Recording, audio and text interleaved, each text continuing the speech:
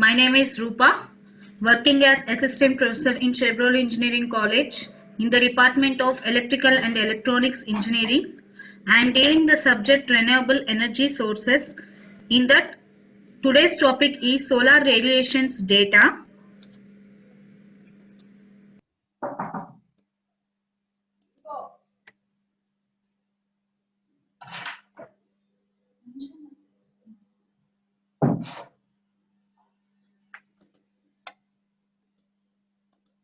These are the amount of values of solar radiation in different places.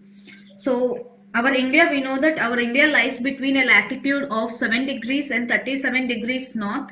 It receives an annual average intensity of solar radiation between 16,700 to 29,260 kilojoules per meter square per day. So this is approximately 400 to 700 calories per centimeters per day. Okay. The peak values are generally measured in April and May. So these peak values are measured in April and May with the parts of Rajasthan and Gujarat. These are receiving a 25,100 kilojoules per meter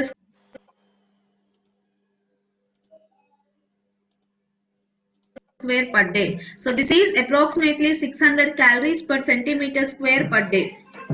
During monsoons also we can record this. During monsoons and winter months, the daily solar radiation decreases to about 16,700 kilojoules per meter square per day. And the annual daily diffuse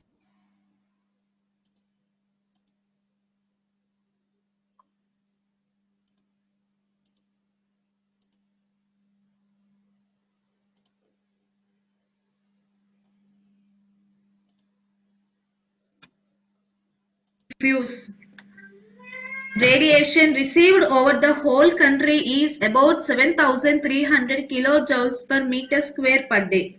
This is approximately 175 calories per centimeter square per day.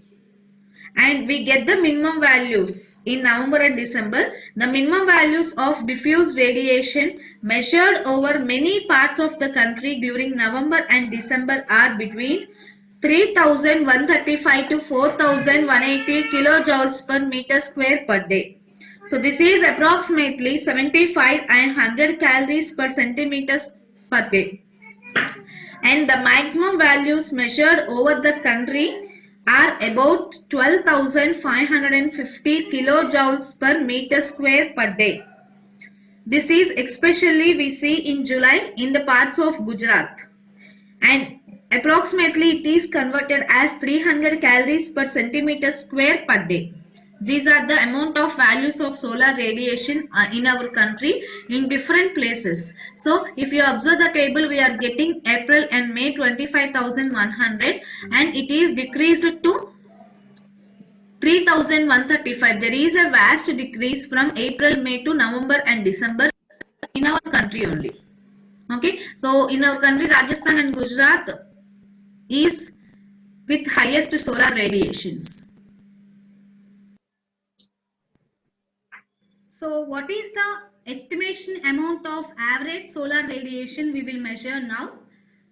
So this is the expressions given below are the one of the earliest expressions for monthly average horizontal solar radiation, HAV. It is denoted by capital H, average AV, and it is given by Armstrong in the year 1924. The equation is given by the Armstrong in 1924 is HAV is equal to H0 dash under bracket alpha dash plus beta dash plus n by small n by capital N, where here alpha beta are the arbitrary constants. And one scientist, Fred, in 1951, he suggested the values of alpha and beta. So he suggested alpha value as alpha dash value as 0.35 and beta value as 0.61. So in this abbreviation, we see what are the abbreviations here. In this equation, we will see what are the abbreviations here. HO, it is the monthly average horizontal solar radiation measured for a clear day, not a cloudy day. For a clear day, we are taking HO. And N, here N is the average daily hours of bright sunshine for the same period. So for the same clear day, we are measuring, and this is the average daily hours of bright sunshine. And capital N is the maximum daily hours of bright sunshine for the same period. Small n is average, and this is capital N is maximum. And values of H naught dash for the equation 1 can be obtained from the below chart. So H naught dash values can be obtained from the below chart. So this chart is called as solar radiation on horizontal plane for a clear day at various latitudes you are taking. At phi is equal to 48, 36, 24, 12, 0 degrees like that. So at various latitudes you are calculating the solar radiation on a horizontal plane. The plane is not tilted one or vertical one. It is a horizontal plane and it is of clear day. Okay.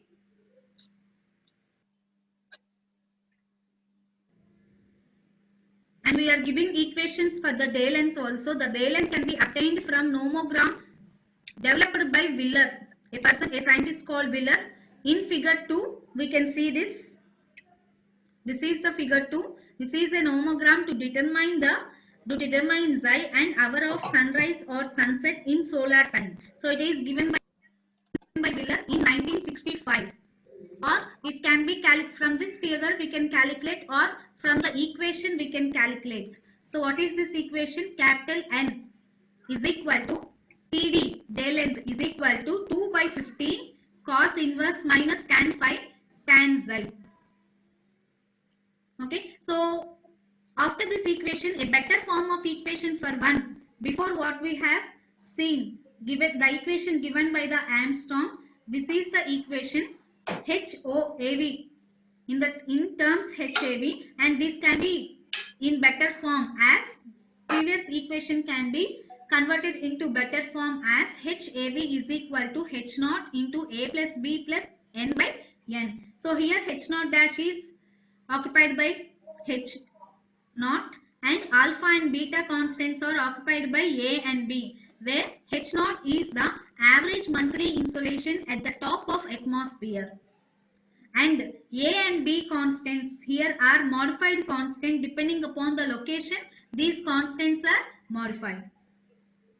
So constants A and B for various locations and climate conditions can be obtained from the standard tables what you are having. Okay, so below next slide have the table. It has the values of constants A and B for some India towns.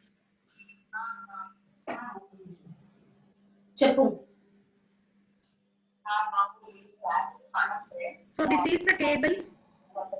It contains the constant values A and B for some Indian towns, for some major Indian towns. So see the A and B values for Ahmedabad 0.28, A 0.48. So this chart, from this chart we can know the various A and B constants of major towns. So Ahmedabad, Bangalore, Baroda, Bhavnagar, Bhopal, Calcutta, Goa, Jodhpur, Madras, Mangalore, Shillong, Srinagar, Trivandrum, Visakhapatnam, Nagpur, New Delhi, Pune, Roorkee. So these are the major towns given. So these are having the A and B values. So if any town in problems, if any town is given, we have to write this. What is the value of A? We have to remember, and B, and we have to substitute in the value of A and B for these respective towns. So this HO can be obtained from charts or from the empirical relation as H naught is equal to 24 by pi ISC. This is the solar current. 1 plus 0.033 cos 360 n by 365 into cos phi cos xi sin omega s plus 2 pi omega s by 365 sin phi sin xi. So this is the empirical relation for obtaining the H naught. where ISC is solar constant per hour, N is we know the day of the year, and omega S is sunrise hour angle. Only omega is hour angle. Omega S means sunrise or sunset hour angle. So from this declination angle can be given by Cooper equation. We see that before only. Next, sunrise hour angle. WS is equal to minus tan phi tan psi. This also we seen before. So from these equations we can solve any problem.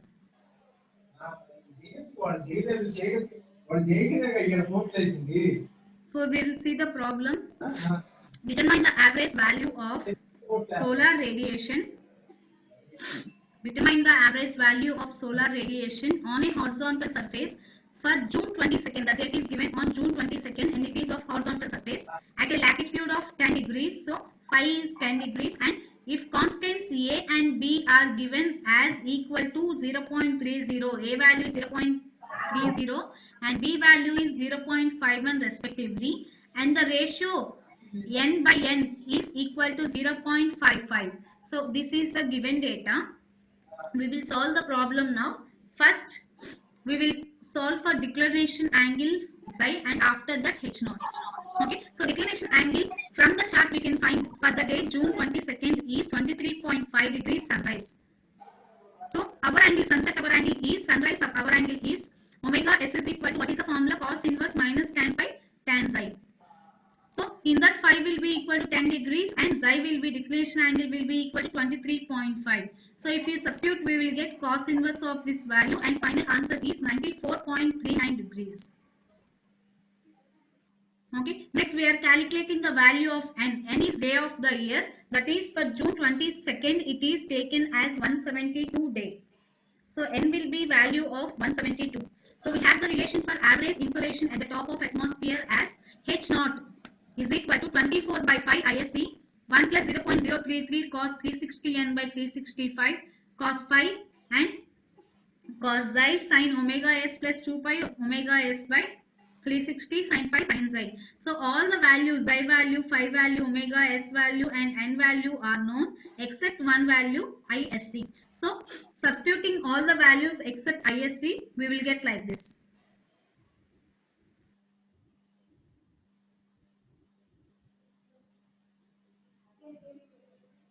So after substituting, only ISC is present as unknown term.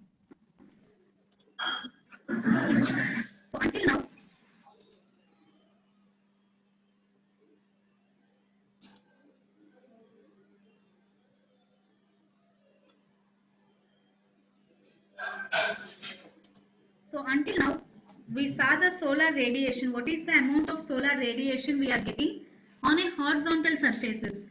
Means smooth surfaces. If the surface is tilted, the solar radiation we are getting on the tilted surface is different from the horizontal surfaces. So the rate of solar energy on the earth surface on the ground depends on the orientation of surface with reference to the sun.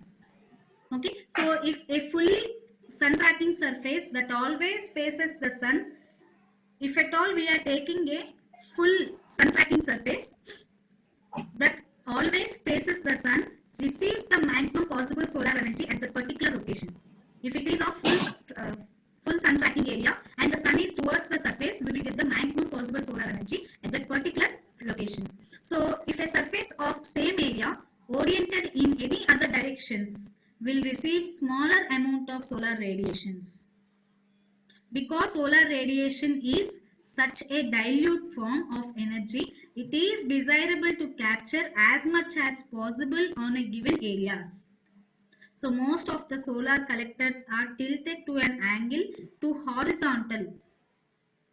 It is tilted horizontal to convert the data for a hourly radiation on horizontal surface of radiation on a tilted surfaces.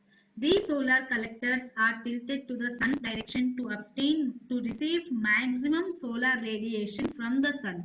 So these are the types of collectors. Next we will see next chapters. So collectors are used to absorb the solar radiations from the sun. So when the sun's direction changes, these collectors will also be changing and tracking the sun's direction to receive maximum energy.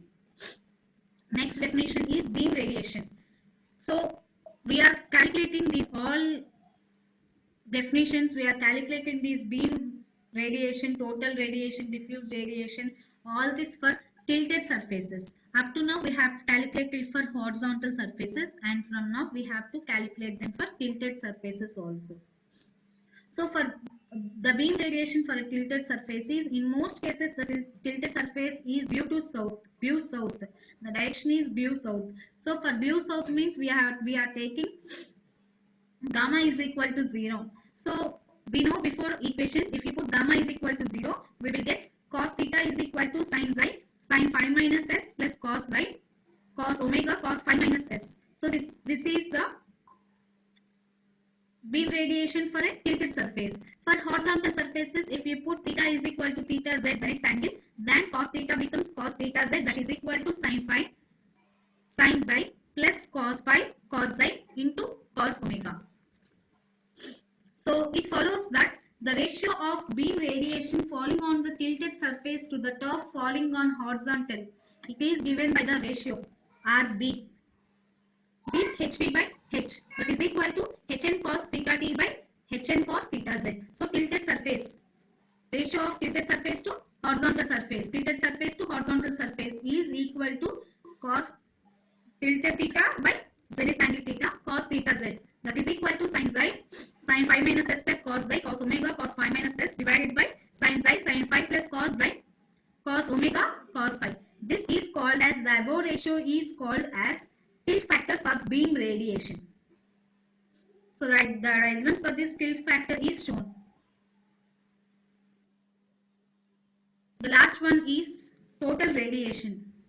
So total radiation means both beam and diffuse component of solar radiation. So these are observed for flat plate type collectors. This is one type of collector used for collecting the solar radiations. So the angular collection factor has been determined for beam radiation from equation 1. So before, as we discussed that, this is given for by equation 1. So collector factor for diffuse radiation can be applied for clear days.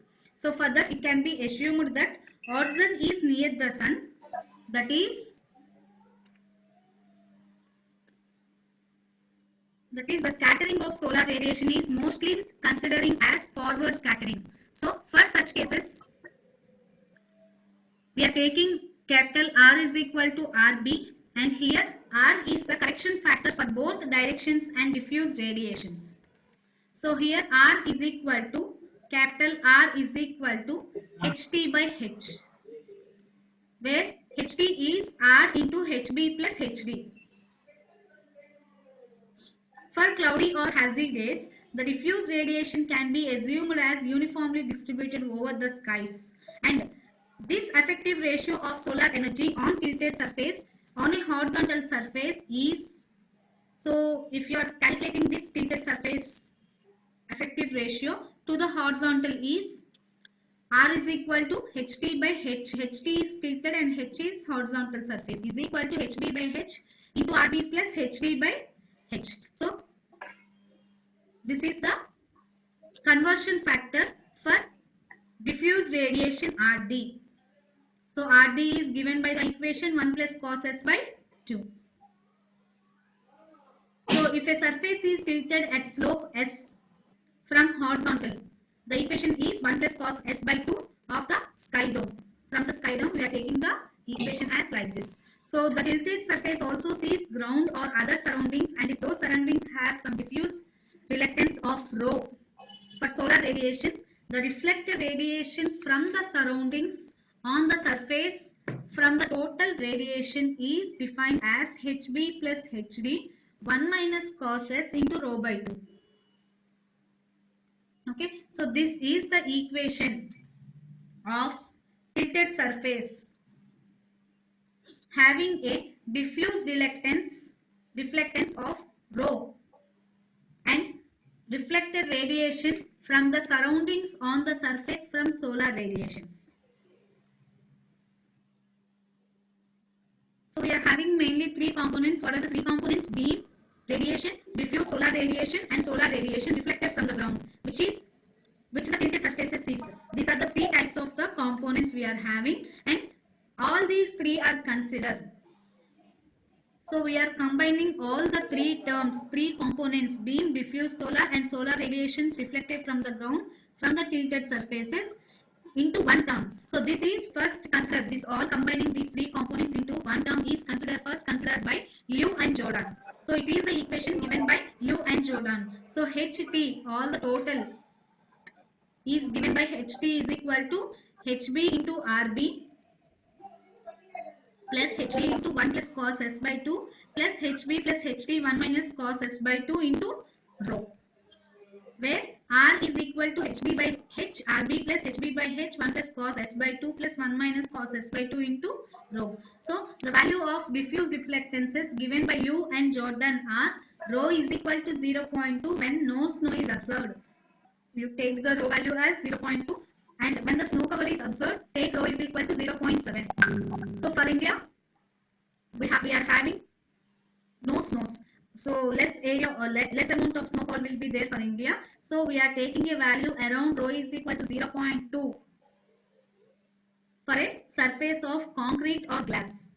So for it on houses or on glasses, we are taking the rho value as 0.2.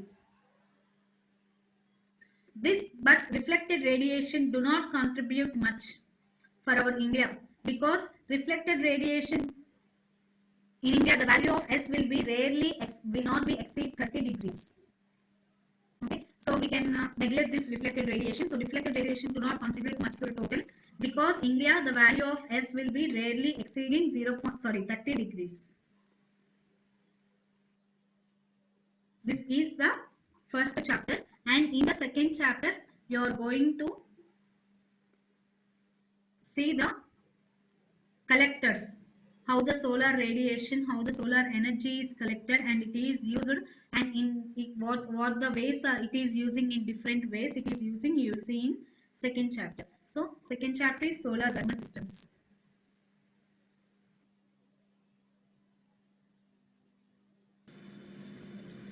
So next we are gone to second unit, solar thermal systems.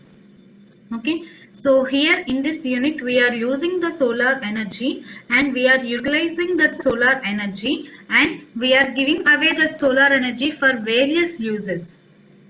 Okay, so the solar radiation coming from the sun is collectible. We collect that solar radiation and we can transfer it directly, or we can indirectly use the solar radiation for many purposes. So the apparatus which collects the solar radiation is called a solar collector. So this solar collector is a device for collecting solar radiations. Okay, and this transfers the energy to fluid passing in contact with it. The energy absorbed by the sun is transferred to a fluid. Example, these fluids we can take as water or some other fluids or air, like that. So this solar energy which is collected by the solar collector is transferred to that fluid which is in contact with it. So these mainly solar collectors are of two types. First one is non-concentrating or flat plate type solar collector, and second one is concentrating or focusing type solar collectors. Okay, so there are subdivisions of these collectors also, we will see later. First, this solar energy collector is equipped with an observer. So this is the most important component for converting the solar radiation energy into more useful forms. So what are the usable forms? Heat or electricity, example, these are the usable forms for us. Okay, so the observer present in the solar collector is the most important component. Coming to the first one, non-concentrating or flat plate type solar collectors. In this, collected area will be equal to the observer area. Both are equal. And coming to the second one, concentrating collectors. In this, collector area is usually 100 times than the observer area. So the the collection of solar radiation is more and what you are getting output is less here. But by concentrating collectors, we can attain high temperatures. These are used to generate medium pressure steams. Whereas in non-concentrating type, we cannot go to that high temperatures. Okay. So for this collection, we use different arrangements of mirrors, lens to concentrate these sun rays on the boilers. So this has high efficiency. This second type of collector, concentrating collector, has high rate of efficiency than flat plate collectors.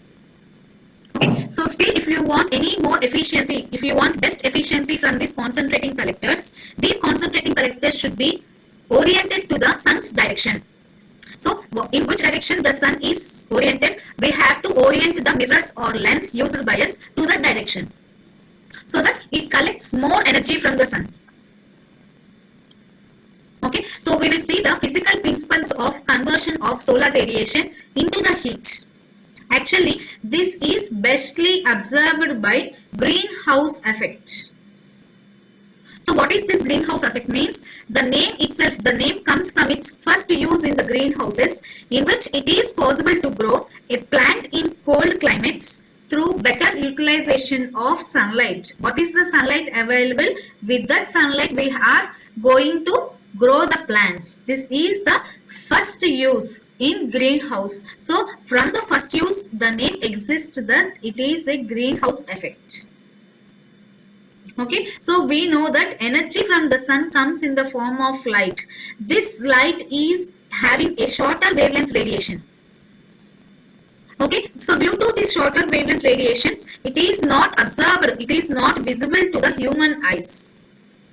So when this short wave radiation strikes a solid or liquid, when it fall on a solid or liquid, it is observed by that solid or liquid and it is transformed into the heat energy.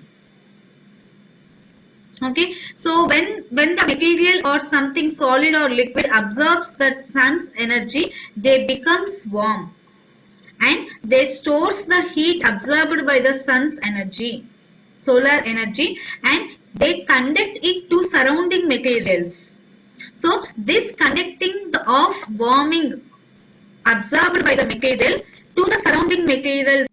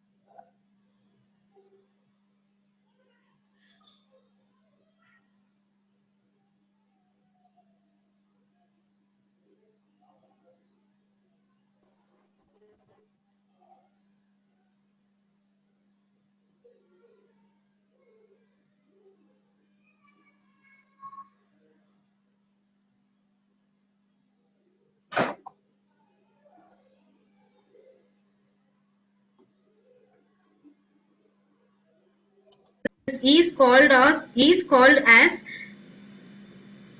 radiating. Okay, so this re-radiating or irradiating is through air, water or other solids or liquids. So this re-radiating to others is done in long wave distribution. Okay, until then we are getting short waves, and after the short waves are observed by a liquid or solid, it re-radiates. It re-radiates to other objects. So this re-radiating is done by long wave distribution.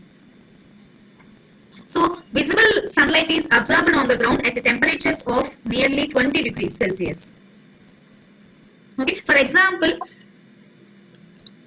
if the solar energy emits infrared light at a wavelength of about 10 micrometers, CO2 in the atmosphere will be absorbing the light of that wavelength and it radiates back the part of it to the earth. Okay, so the CO2, the carbon dioxide present in the earth, it do not absorb the incoming sunlight which has shorter wavelengths. It absorbs only longer wavelengths. Okay, if you see that diagram here, the light is absorbed by the CO2 and partly some of the light is back radiated to the ground. So this greenhouse effect brings about an accumulation of energy on the ground. It has a capacity of accumulating the sun's energy on the ground. So for this effect, mainly we are using a substance called glass, because glass easily transmits short wave radiations because it possesses little interface to incoming solar energy. But it has a disadvantage that it is very poor transmitter of long wave radiations. It transmits only short wave radiations. Okay, so when the sun's energy passes through the glass windows and absorbed by some material inside that glass windows, behind the glass windows we are putting some material. So when the sun's energy passes through the glass windows and it is absorbed by some material inside, the heat will not be re-radiated back outside from the glass, because glass acts as a heat trap. So for this reason we are using this glass in greenhouse. Okay, so glass acts as a heat trap and it is used in greenhouse effect, which warms in sunny days. Even in the middle of the winter also, this glass which traps the heat, accumulates the heat, radiates the energy in the middle of the winter also. So solar collectors of home heating has flat plate collectors and has one or more glass covers.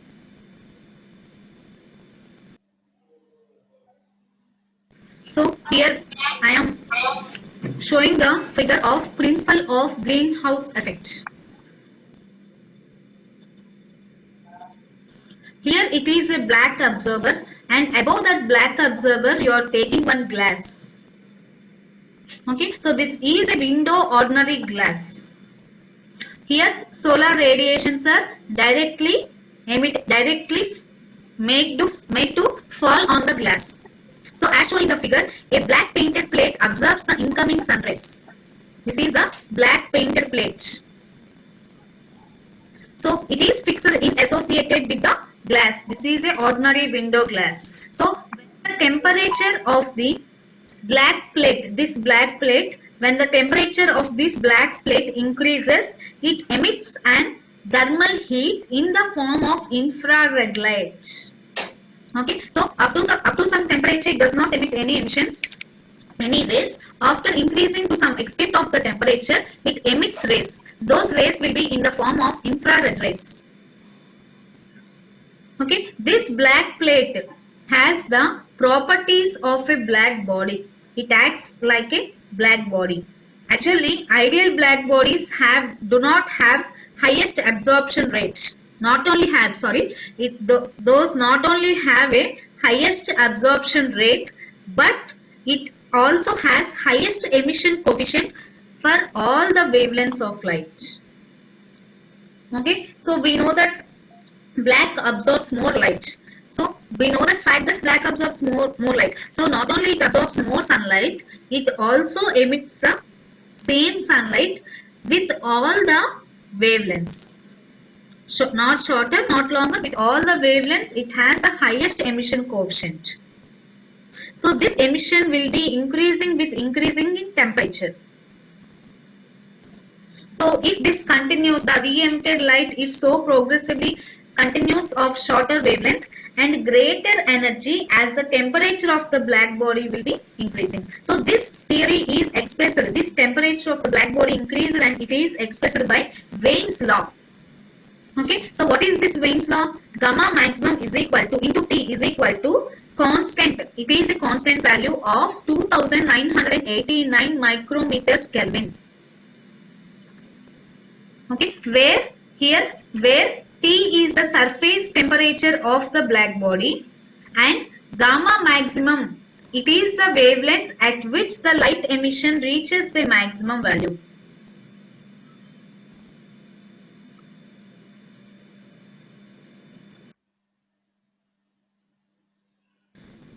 So for this explanation we are taking some examples which are shown in this slide.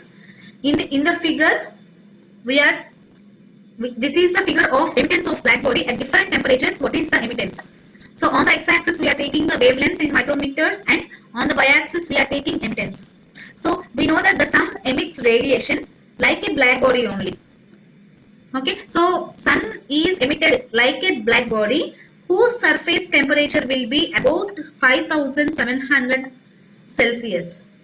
So this sun has a maximum emission of 0.5 micrometers.